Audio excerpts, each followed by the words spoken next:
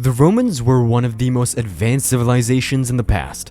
They had everything that made a nation great. They were way ahead of their time, they had arts and science and a great military. But then, as with everything, they had a dark side as well. To maintain order in their domain, they did some nasty things. Do you want to know what they did? They were sadistic and deadly, but surprisingly, these punishments were busked for sinister reasons. Crucifixion. Yeah, that's a popular one. But crucifixion in ancient Rome was a brutal and gruesome form of execution. When people hear this word, they often associate it with the story of Jesus Christ.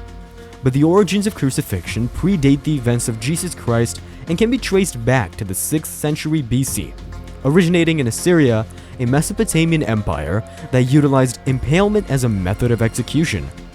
Crucifixion was later adopted by various cultures, each with their own variations. In the context of the Roman Empire, crucifixion gained infamy around the 4th century BC during the reign of Emperor Alexander the Great. Following the siege of Tyre and Phoenicia, Alexander ordered the crucifixion of over 2,000 individuals, using it as a show to get their masses submissive. But to be fair, it is important to understand that crucifixion in ancient Rome was not an exclusive or unique practice to the Romans.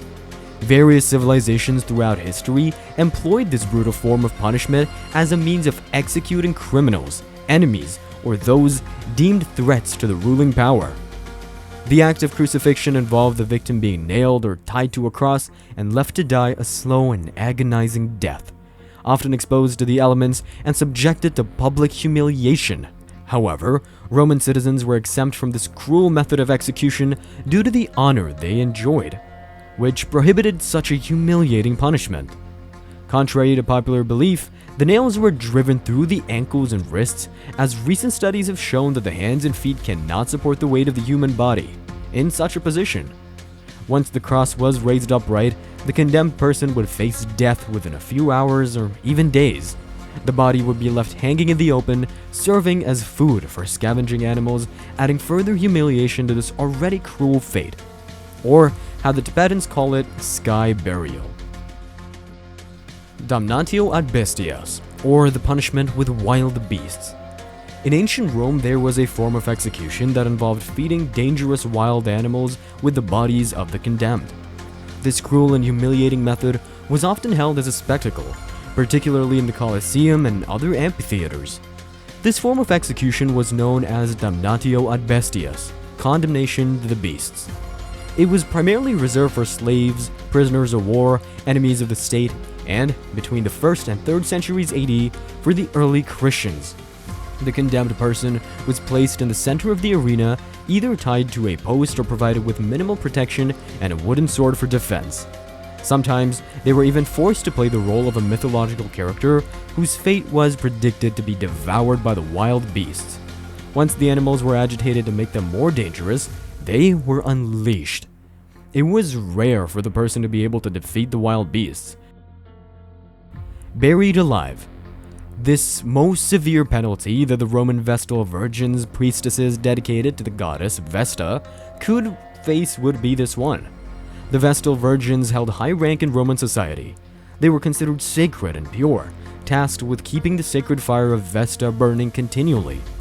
As part of their sacred duty, the Vestal virgins were required to maintain their chastity and were forbidden from engaging in any romantic or sexual relationships. In cases where a Vestal virgin was accused of breaking her vows and engaging in a forbidden relationship, the punishment devised by Tarquinius Priscus, the 5th king of Rome, was particularly harsh. The purpose of this punishment was to leave the judgment of the accused to the goddess Vesta herself.